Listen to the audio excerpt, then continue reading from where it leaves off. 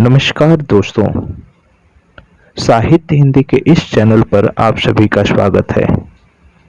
दोस्तों, आज जिस कहानी को लेकर आप सबके समक्ष उपस्थित हैं वह कहानी है मुंशी प्रेमचंद द्वारा रचित बड़े भाई साहब। आइए हम कहानी सुने। बड़े भाई साहब। मेरे भाई साहब मुझसे 5 साल बड़े थे, लेकिन केवल 3 दर्जे आगे। उन्होंने भी उसी उम्र में पढ़ना शुरू किया था जब मैंने शुरू किया था, लेकिन तालीम जैसे महत्व के मामले में वह जल्दबाजी से काम लेना पसंद न करते थे। इस भावना की बुनियाद खूब मजबूत डालना चाहते थे, जिस पर आलीशान महल बन सके। 1 साल का काम 2 साल में करते थे, कभी कभी 3 साल भी लग जाते थे। बुनियाद ही पुख्ता न हो तो मकान कैसे पायेदार बने। मैं छोटा था, वह बड़े थे। मेरी उम्र 9 साल की थी, वह 14 साल के थे। उन्हें मेरी तंबीह और निगरानी का पूरा और जन्मसिद्ध अधिकार था, और मेरी शालीनता इसी में थी कि उनके हुक्म को कानून समझूं। वह स्वभाव से बड़े अध्ययनशील थे, हरदम किताब खोले बैठे रहते और शायद दिमाग को आराम देने के लिए कभी कॉपी पर, कभी किताब के हाशिए पर चिड़ियों, कुत्तों, बिल्लियों की तस्वीरें बनाया करते थे। कभी कभी एक ही नाम या शब्द या वाक्य 10-20 बार लिख डालते। कभी एक शेर को बार बार सुंदर अक्षरों में नकल करते। कभी ऐसी शब्द रचना करते जिसमें न कोई अर्थ होता, न कोई सामंजस्य। मसलन एक बार उनकी कॉपी पर मैंने यह इबारत देखी, स्पेशल, अमीन, भाइयों भाइयों, दरअसल, भाई भाई, राधे श्याम, श्रीयुत राधे श्याम। 1 घंटे तक इसके बाद एक आदमी का चेहरा बना हुआ था और उनसे पूछने का साहस न हुआ। वह 9वीं जमात में थे, मैं 5वीं में। उनकी रचनाओं को समझना मेरे लिए छोटा मोह बड़ी बात था। मेरा जी पढ़ने में बिल्कुल न लगता था। 1 घंटा भी किताब लेकर बैठना पहाड़ था। मौका पाते ही हॉस्टल से निकल मैदान में आ जाता और कभी कंकरियां उछालता, कभी कागज की तिल्लियां उड़ाता, और कहीं कोई साथी मिल गया तो पूछना ही क्या।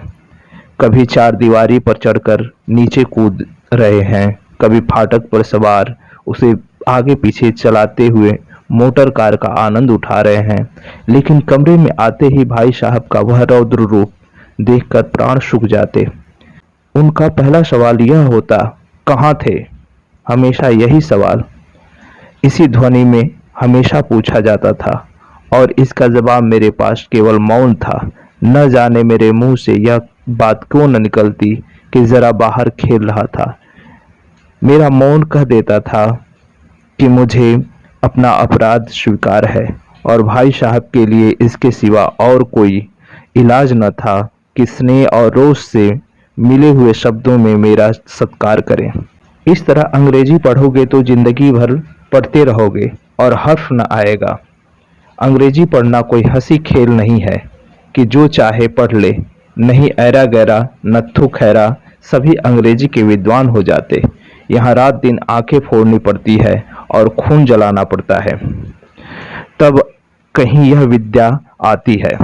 और आती क्या है, हाँ, कहने को आ जाती है। बड़े बड़े विद्वान भी शुद्ध अंग्रेजी नहीं लिख सकते, बोलना तो दूर रहा। और मैं कहता हूँ, तुम कितने घोंघा हो कि मुझे देखकर भी सबक नहीं लेते। मैं कितनी मेहनत करता हूँ, यह तुम अपनी आंखों से देखते हो। अगर नहीं देखते तो यह तुम्हारी आंखों का कसूर है, तुम्हारी बुद्धि का कसूर है। इतने मेले तमाशे होते हैं, मुझे तुमने कभी देखने जाते देखा है? रोज ही क्रिकेट और हॉकी मैच होते हैं, मैं पास नहीं पटकता, हमेशा पढ़ता रहता हूँ। उस पर भी 1-1 दर्जे में 2-2, 3-3 साल पढ़ा रहता हूँ। फिर भी तुम कैसे आशा करते हो कि तुम यूं खेल कूद में वक्त गंवाकर पास हो जाओगे? मुझे तो 2 ही 3 साल लगते हैं। तुम उम्र भर इसी दर्जे में पड़े सड़ते रहोगे। अगर तुम्हें इस तरह उम्र गंवानी है तो बेहतर है घर चले जाओ और मजे से गुल्ली डंडा खेलो। दादा की गाढ़ी कमाई के रुपए क्यों बर्बाद करते हो? मैं यह लताड़ सुनकर आंसू बहाने लगता। जवाब ही क्या था? अपराध तो मैंने किया, लताड़ कौन सहे? भाई साहब उपदेश की कला में निपुण थे। ऐसी ऐसी लगती बातें कहते, ऐसे ऐसे सुक्ति बाण चलाते कि मेरे जिगर के टुकड़े टुकड़े हो जाते और हिम्मत टूट जाती। इस तरह जान तोड़कर मेहनत करने की शक्ति मैं अपने में न पाता था और उस निराशा में जरा देर के लिए मैं सोचने लगता, क्यों न घर चला जाऊं। जो काम मेरे बूते के बाहर है उसमें हाथ डालकर क्यों अपनी जिंदगी खराब करूं। मुझे अपना मूर्ख रहना मंजूर था, लेकिन उतनी मेहनत, मुझे तो चक्कर आ जाता था। लेकिन घंटे 2 घंटे के बाद निराशा के बादल छट जाते और मैं इरादा करता कि आगे से खूब जी लगाकर पढ़ूंगा। चटपट एक टाइम टेबल बना डालता, बिना पहले से नक्शा बनाए, कोई स्कीम तैयार किए काम कैसे शुरू करूं। टाइम टेबल में खेल कूद की मद बिल्कुल उड़ जाती। प्रातःकाल उठना, 6 बजे मुंह हाथ धो नाश्ता कर पढ़ने बैठ जाना, 6 से 8 तक अंग्रेजी, 8 से 9 तक हिसाब, 9 से 9:30 तक इतिहास, फिर भूगोल और स्कूल। 3:30 बजे स्कूल से वापस होकर आध घंटा आराम, 4 से 5 तक भूगोल, 5 से 6 तक ग्रामर, आध घंटा हॉस्टल के सामने ही टहलना, 6:30 से 7 तक अंग्रेजी कंपोजिशन, फिर भोजन करके 8 से 9 तक अनुवाद, 9 से 10 तक हिंदी, 10 से 11 तक विविध विषय, फिर विश्राम। मगर टाइम टेबल बना लेना एक बात है, उस पर अमल करना दूसरी बात। पहले ही दिन उसकी अवहेलना शुरू हो जाती। मैदान की वह सुखद हरियाली, हवा के हल्के हल्के झोंके, फुटबॉल की तरह उछल कूद, कबड्डी के वह दाव पेंच, वॉलीबॉल की वह तेजी और फुर्ती मुझे अज्ञात और अनिवार्य रूप से खींच ले जाती। और वहां जाते ही मैं सब कुछ भूल जाता। वह जानलेवा टाइम टेबल, आंख फोड़ पुस्तकें किसी को याद न रहती और भाई साहब को नसीहत और फजीहत का अवसर मिल जाता। मैं उनके साये से भागता, उनकी आंखों से दूर रहने की चेष्टा करता। कमरे में इस तरह दबे पांव आता कि उन्हें खबर न हो। उनकी नज़र मेरी ओर उठी और मेरे प्राण निकले। हमेशा सिर पर एक नंगी तलवार सी लटकती मालूम होती। फिर भी जैसे मौत और विपत्ति के बीच भी आदमी मोह और माया के बंधन में जकड़ा रहता है, मैं फटकार और घुड़कियां खाकर भी खेल कूद का तिरस्कार न कर सकता। सालाना इम्तिहान हुआ, भाई साहब फेल हो गए, मैं पास हो गया और दर्जे में प्रथम आया। मेरे और उनके बीच में केवल 2 साल का अंतर रह गया। जी में आया भाई साहब को आड़े हाथों लूं। आपकी वह घोर तपस्या कहाँ गई? मुझे देखिए, मज़े से खेलता भी रहा और दर्जे में अव्वल भी हूँ। लेकिन वह इतने दुखी और उदास थे कि मुझे उनसे दिली हमदर्दी हुई और उनके घाव पर नमक छिड़कने का विचार ही लज्जास्पद जान पड़ा। हाँ, अब मुझे अपने ऊपर कुछ अभिमान हुआ और आत्मसम्मान भी बढ़ा। भाई साहब का वह रौब मुझ पर न रहा। आज़ादी से खेल कूद में शरीक होने लगा। दिल मजबूत था। अगर उन्होंने फिर फजीहत की तो साफ कह दूंगा, आपने अपना खून जलाकर कौन सा तीर मार लिया। मैं तो खेलते कूदते दर्जे में अव्वल आ गया। जबान से यह हेकड़ी जताने का साहस न होने पर भी मेरे रंग ढंग में साफ जाहिर होता था कि भाई साहब का वह आतंक मुझ पर नहीं था। भाई साहब ने इसे भांप लिया। उनकी सहज बुद्धि बड़ी तीव्र थी और एक दिन जब मैं भोर का सारा समय गुल्ली डंडे की भेंट करके ठीक भोजन के समय लौटा तो भाई साहब ने मानो तलवार खींच ली और मुझ पर टूट पड़े। देखता हूँ इस साल पास हो गए हो और दर्जे में अव्वल आ गए तो तुम्हें दिमाग हो गया है। मगर भाईजान, घमंड तो बड़े बड़े का नहीं रहा, तुम्हारी क्या हस्ती। इतिहास में रावण का हाल तो पढ़ा ही होगा। उसके चरित्र में तुमने कौन सा उपदेश लिया, या यूं ही पढ़ गए। महज इम्तिहान पास कर लेना कोई चीज़ नहीं, असल चीज़ है बुद्धि का विकास। जो कुछ पढ़ो उसका अभिप्राय समझो। रावण भूमंडल का स्वामी था, ऐसे राजाओं को चक्रवर्ती कहते हैं। आजकल अंग्रेजी के राज्य का विस्तार बहुत बढ़ा हुआ है, पर इन्हें चक्रवर्ती नहीं कह सकते। संसार में अनेकों राष्ट्र अंग्रेजी का आधिपत्य स्वीकार नहीं करते, बिल्कुल स्वाधीन हैं। रावण चक्रवर्ती राजा था। संसार के सभी महीप उसे कर देते थे। बड़े बड़े देवता उसकी गुलामी करते थे। आग और पानी के देवता भी उसके दास थे। मगर उसका अंत क्या हुआ? घमंड ने उसका नामो निशान तक मिटा दिया। कोई उसे एक चुल्लू पानी देने वाला भी न बचा। आदमी और जो कुकर्म चाहे करे, पर अभिमान न करे, इतराए नहीं। अभिमान किया और दीन दुनिया दोनों से गया। शैतान का हाल भी पढ़ा ही होगा। उसे यह अभिमान हुआ था कि ईश्वर उससे बढ़कर सच्चा भक्त कोई है ही नहीं। अंत में यह हुआ कि स्वर्ग से नरक में ढकेल दिया गया। शाहे रोम ने भी एक बार अहंकार किया था, भीख मांग मांग कर मर गया। तुमने तो अभी केवल एक दर्जा पास किया है और अभी से तुम्हारा सिर फिर गया। तब तो तुम आगे बढ़ चुके। यह समझ लो कि तुम अपनी मेहनत से नहीं पास हुए। अंधे के हाथ बटेर लग गई, मगर बटेर केवल एक बार हाथ लग सकती है, बार बार नहीं लग सकती। कभी कभी गुल्ली डंडे में भी अंधा चोट निशान पड़ जाता है। इससे कोई सफल खिलाड़ी नहीं हो जाता। सफल खिलाड़ी वह है जिसका कोई निशान खाली न जाए। मेरे फेल होने पर मत जाओ। मेरे दर्जे में आओगे तो दांतों पसीने आ जाएगा। जब अलजबरा और ज्योमेट्री के लोहे के चने चबाने पड़ेंगे और इंग्लिस्तान का इतिहास पढ़ना पड़ेगा। बादशाहों के नाम याद रखना आसान नहीं। 8-8 हेनरी ही गुजरे हैं। कौन सा कांड किस हेनरी के समय में हुआ, क्या यह याद कर लेना आसान समझते हो?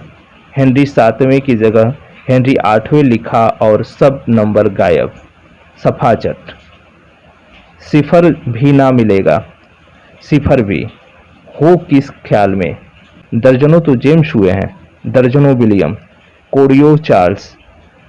दिमाग चक्कर खाने लगता है, आंधी रोग हो जाता है। इन अभागों को नाम भी न जुड़ते थे। एक ही नाम के पीछे द्वयम, सोयम, चहारुम, पंजुम लगाते चले गए। मुझसे पूछते तो 10 लाख नाम बता देता। और ज्योमेट्री तो बस खुदा की पनाह।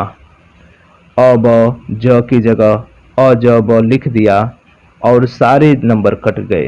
कोई इन निर्दयी मुमतहीनों से नहीं पूछता कि आखिर अ ब ज और अ ज ब में क्या फ़र्क है, और व्यर्थ की बात के लिए क्यों छात्रों का खून करते हो। दाल भात रोटी या भात दाल रोटी खाई, इसमें क्या रखा है। मगर इन परीक्षकों को क्या परवाह। वह तो वही देखेंगे जो पुस्तक में लिखा है। चाहते हैं कि लड़के अक्षर अक्षर रट डालें, और इसी रटंत का नाम शिक्षा रख छोड़ा है। और आखिर इन बेसर पैर की बात के पढ़ने से क्या फायदा। इस रेखा पर वह लंब गिरा दो तो आधार लंब से दुगुना होगा। पूछिए इससे प्रयोजन दुगुना नहीं चौगुना हो जाए, या आधा ही रहे मेरी बला से। लेकिन परीक्षा में पास होना है तो यह सब खुराफात याद करनी पड़ेगी। कह दिया समय के पाबंदी पर एक निबंध लिखो जो धार पन्नों से कम न हो। अब आप कॉपी सामने खोले, कलम हाथ में लिए, उसके नाम को रोइए। कौन नहीं जानता कि समय की पाबंदी बहुत अच्छी बात है। इससे आदमी के जीवन में संयम आ जाता है, दूसरों का उस पर स्नेह होने लगता है और उसके कारोबार में उन्नति होती है। लेकिन इस जरा सी बात पर 4 पन्ने कैसे लिखें?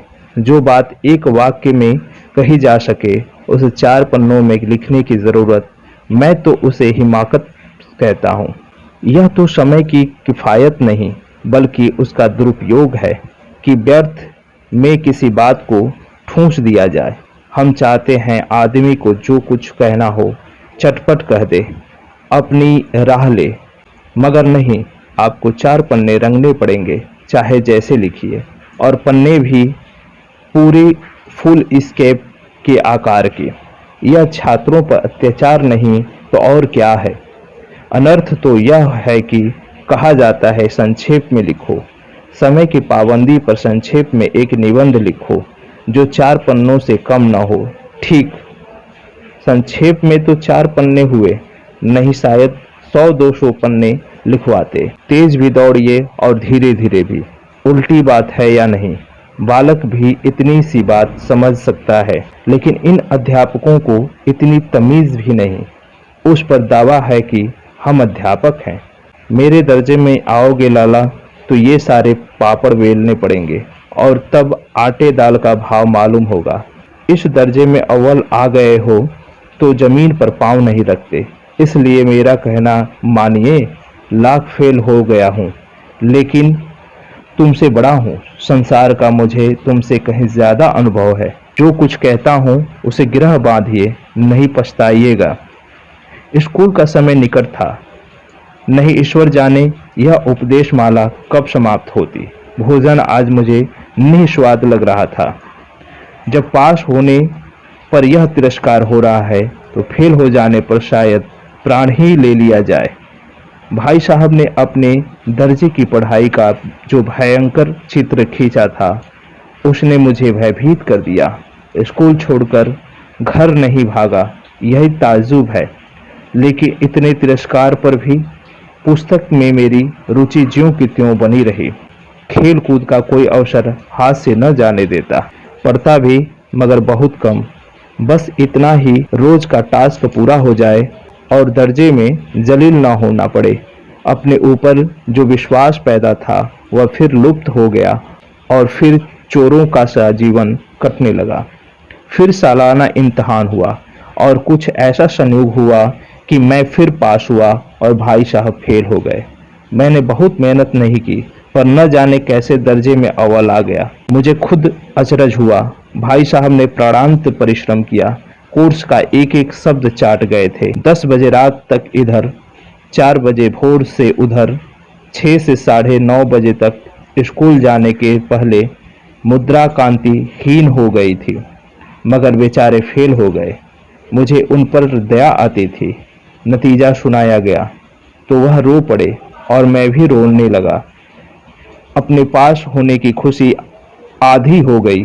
मैं भी फेल हो गया होता तो भाई साहब को इतना दुख न होता, लेकिन विधि की बात कौन टाले। मेरे और भाई साहब के बीच में अब केवल 1 दर्जे का अंतर और रह गया। मेरे मन में एक कुटिल भावना उदय हुई कि कहीं भाई साहब 1 साल और फेल हो जाए तो मैं उनके बराबर हो जाऊं। फिर वह किस आधार पर मेरी फजियत कर सकेंगे। लेकिन मैंने इस कमीने विचार को दिल से बलपूर्वक निकाल डाला। आखिर वह मुझे मेरे हित के विचार से ही तो डांटते हैं। मुझे इस वक्त अप्रिय लगता है अवश्य, मगर वह शायद उनके उपदेश का ही असर हो कि मैं दनादन पास हो जाता हूँ और इतने अच्छे नंबरों से। अब भाई साहब बहुत कुछ नर्म पड़ गए थे। कई बार मुझे डांटने का अवसर पाकर भी उन्होंने धीरज से काम लिया। शायद अब वह खुद समझने लगे थे कि मुझे डांटने का अधिकार उन्हें नहीं रहा, या रहा भी तो बहुत कम। मेरी स्वच्छंदता भी बढ़ी। मैं उनकी सहिष्णुता का अनुचित लाभ उठाने लगा। मुझे कुछ ऐसी धारणा हुई कि मैं पास हो ही जाऊंगा, पढ़ूं या न पढ़ूं। मेरी तकदीर बलवान है। इसलिए भाई साहब के डर से जो थोड़ा बहुत पढ़ लिया करता था वह भी बंद हुआ। मुझे कनकौवे उड़ाने का नया शौक पैदा हो गया था और अब सारा समय पतंगबाजी की ही भेंट होता था। फिर भी मैं भाई साहब का अदब करता था और उनकी नज़र बचाकर कनकौवे उड़ाता था। माजा देना, कन्ने बांधना, पतंग टूर्नामेंट की तैयारियां आदि समस्याएं सब गुप्त रूप से हल की जाती थी। मैं भाई साहब को यह संदेह न करने देना चाहता था कि उनका सम्मान और लिहाज मेरी नज़र में कम हो गया है।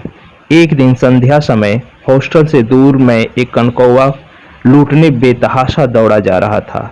आंखें आसमान की ओर थी और मन उस आकाशगामी पथिक की ओर जो मंद गति से झूमता पतन की ओर चला जा रहा था। मानो कोई आत्मा स्वर्ग से निकलकर विरक्त मन से नए संस्कार ग्रहण करने आ रही हो। बालकों की पूरी सेना लग्गी और झाड़दार बांस लिए उनका स्वागत करने की ओर दौड़ आ रही थी। किसी को अपने आगे पीछे की खबर न थी। सभी मानो उस पतंग के साथ ही आकाश में उड़ रहे थे जहां सब कुछ समतल है, न मोटर कारें हैं, ट्रामा, न गाड़ियां। सहसा भाई साहब से मेरी मुठभेड़ हो गई, जो शायद बाजार से लौट रहे थे। उन्होंने वही हाथ पकड़ लिया और उग्र भाव से बोले, इन बाजारी लौंडों के साथ धेले के कनकौवे के लिए दौड़ते तुम्हें शर्म नहीं आती? तुम्हें इसका भी कुछ लिहाज नहीं कि अब नीची जमात में नहीं हो बल्कि 8वीं जमात में आ गए हो और मुझसे केवल एक दर्जा नीचे हो। आखिर आदमी को कुछ तो अपने पोजीशन का ख्याल करना चाहिए। एक जमाना था कि लोग 8वां दर्जा पास करके नायब तहसीलदार हो जाते थे। मैं कितने ही मिडिलचियों को जानता हूं जो आज अव्वल दर्जे में के डिप्टी मजिस्ट्रेट या सुपरिटेंडेंट हैं। कितने ही 8वीं जमात वाले हमारे लीडर और समाचार पत्रों के संपादक हैं। बड़े बड़े विद्वान उनकी मातहती में काम करते हैं और तुम उसी 8वीं दर्जे में आकर बाजारी लौंडों के साथ कनकौवे के लिए दौड़ रहे हो। मुझे तुम्हारी इस कम अक्ली पर दुख होता है। तुम जहीन हो, इसमें शक नहीं, लेकिन वह जेहन किस काम का जो हमारे आत्मगौरव की हत्या कर डाले? तुम अपने दिल में समझते होंगे मैं भाई साहब से महज एक दर्जा नीचे हूँ और अब उन्हें मुझको कुछ कहने का हक नहीं, लेकिन यह तुम्हारी गलती है। तुमसे 5 साल बड़ा हूँ और चाहे आज तुम मेरी जमात में आ जाओ और परीक्षकों का यही हाल है तो निस्संदेह अगले साल तुम मेरी समकक्ष ही हो जाओगे और शायद 1 साल बाद मुझसे आगे भी निकल जाओगे। लेकिन मुझमें और तुम में जो 5 साल का अंतर है उसे तुम क्या खुदा भी नहीं मिटा सकता। मैं तुमसे 5 साल बड़ा हूँ और हमेशा रहूँगा। मुझे दुनिया का और जिंदगी का जो तजुर्बा है तुम उसकी बराबरी नहीं कर सकते, चाहे तुम MA और डिलीट और डिफिल ही क्यों न हो जाओ। समझ किताबें पढ़ने से नहीं आती, दुनिया देखने से आती है। हमारी अम्मा ने कोई दर्जा नहीं पास किया और दादा भी शायद 5वीं 6वीं जमात के आगे नहीं गए, लेकिन हम दोनों चाहे सारी दुनिया की विद्या पढ़ लें, अम्मा और दादा को हमें समझाने और सुधारने का अधिकार हमेशा रहेगा। केवल इसलिए नहीं कि वे हमारे जन्मदाता हैं, बल्कि इसलिए कि उन्हें दुनिया का सबसे ज़्यादा तजुर्बा है और रहेगा। अमेरिका में किस तरह राज व्यवस्था है और 8वें हेनरी ने कितने ब्याह किए और आकाश में कितने नक्षत्र हैं, यह बातें चाहे उन्हें न मालूम हो, लेकिन हजारों ऐसी बातें हैं जिनका ज्ञान उन्हें हमसे और तुमसे ज़्यादा है। दैव न करें आज मैं बीमार हो जाऊं तो तुम्हारे हाथ पांव फूल जाएंगे। दादा को तार देने के सिवा तुम्हें और कुछ न सूझेगा, लेकिन तुम्हारी जगह दादा हूं तो किसी को तार न दे, न घबराएं, न बदहवास हो। पहले खुद मर्ज पहचान कर इलाज करेंगे, उसमें सफल न हुए तो किसी डॉक्टर को बुलाएंगे। बीमारी तो खैर बड़ी चीज़ है, हम तुम तो इतना भी नहीं जानते कि महीने भर का खर्च महीने भर कैसे चले। जो कुछ भी दादा भेजते हैं उसे हम 20-22 तक खर्च कर डालते हैं और फिर पैसे पैसे को मोहताज हो जाते हैं। नाश्ता बंद हो जाता है, धोबी और नाई से मुंह चुराने लगते हैं। लेकिन जितना आज हम और तुम खर्च कर रहे हैं उसके आधे में दादा ने अपनी उम्र का बड़ा भाग इज्जत और नेक नामी के साथ में निभाया और कुटुंब का पालन किया है, जिसमें सब मिलाकर 9 आदमी थे। अपने हेडमास्टर साहब को ही देखो, MA हैं कि नहीं, और यहाँ के MA नहीं, ऑक्सफोर्ड के 1000 रुपया पाते हैं, लेकिन उनके घर का इंतज़ाम कौन करता है? उनकी बूढ़ी माँ। हेडमास्टर साहब की डिग्री यहाँ आकर बेकार हो गई। पहले खुद घर का इंतज़ाम करते थे, खर्च पूरा न पड़ता था, कर्जदार रहते थे। जब से उनकी माताजी ने प्रबंध अपने हाथ में लिया है, जैसे घर में लक्ष्मी आ गई है। तो भाईजान, यह गुरूर दिल से निकाल डालो कि तुम मेरे समीप आ गए हो और अब स्वतंत्र हो। मेरे देखते तुम बेराह न चलने पाओगे। अगर तुम यूं न मानोगे तो मैं थप्पड़ दिखाकर इसका प्रयोग भी कर सकता हूँ। मैं जानता हूँ तुम्हें मेरी बातें जहर लग रही हैं। मैं उनकी इस नई युक्ति से नतमस्तक हो गया। मुझे आज सचमुच अपनी लघुता का अनुभव हुआ और भाई साहब के प्रति मेरे मन में श्रद्धा उत्पन्न हुई। मैंने सजल आंखों से कहा, हरगिज नहीं, आप जो फरमा रहे हैं वह बिल्कुल सच है और आपको उसको कहने का अधिकार है। भाई साहब ने मुझे गले से लगा लिया और बोले, मैं कनकौवे उड़ाने को मना नहीं करता, मेरा भी जी ललचता है, लेकिन करूं क्या? खुद बेराह चलूं तो तुम्हारी रक्षा कैसे करूं? यह कर्तव्य भी तो मेरे सिर है। संयोग से उसी वक्त एक कटा हुआ कनकौवा हमारे ऊपर से गुजरा। उसकी डोर लटक रही थी। लड़कों का एक गोल पीछे पीछे दौड़ रहा था। भाई साहब लंबे हैं ही, उछलकर उसकी डोर पकड़ ली और बेतहाशा हॉस्टल की तरफ दौड़े। मैं भी पीछे पीछे दौड़ रहा था। अभी आप सुन रहे थे मुंशी प्रेमचंद द्वारा रचित कहानी बड़े भाई साहब। मुझे उम्मीद है यह कहानी आपको बहुत पसंद आएगी। यदि आप इस चैनल पर नए हैं तो इस चैनल को सब्सक्राइब करना न भूलें तथा साथ ही इसे शेयर भी करें ताकि और अन्य मित्रों तक इसकी पहुंच हो सके। अब हमें विदा दीजिए, मिलेंगे पुनः एक नए कहानी के साथ। तब तक के लिए धन्यवाद।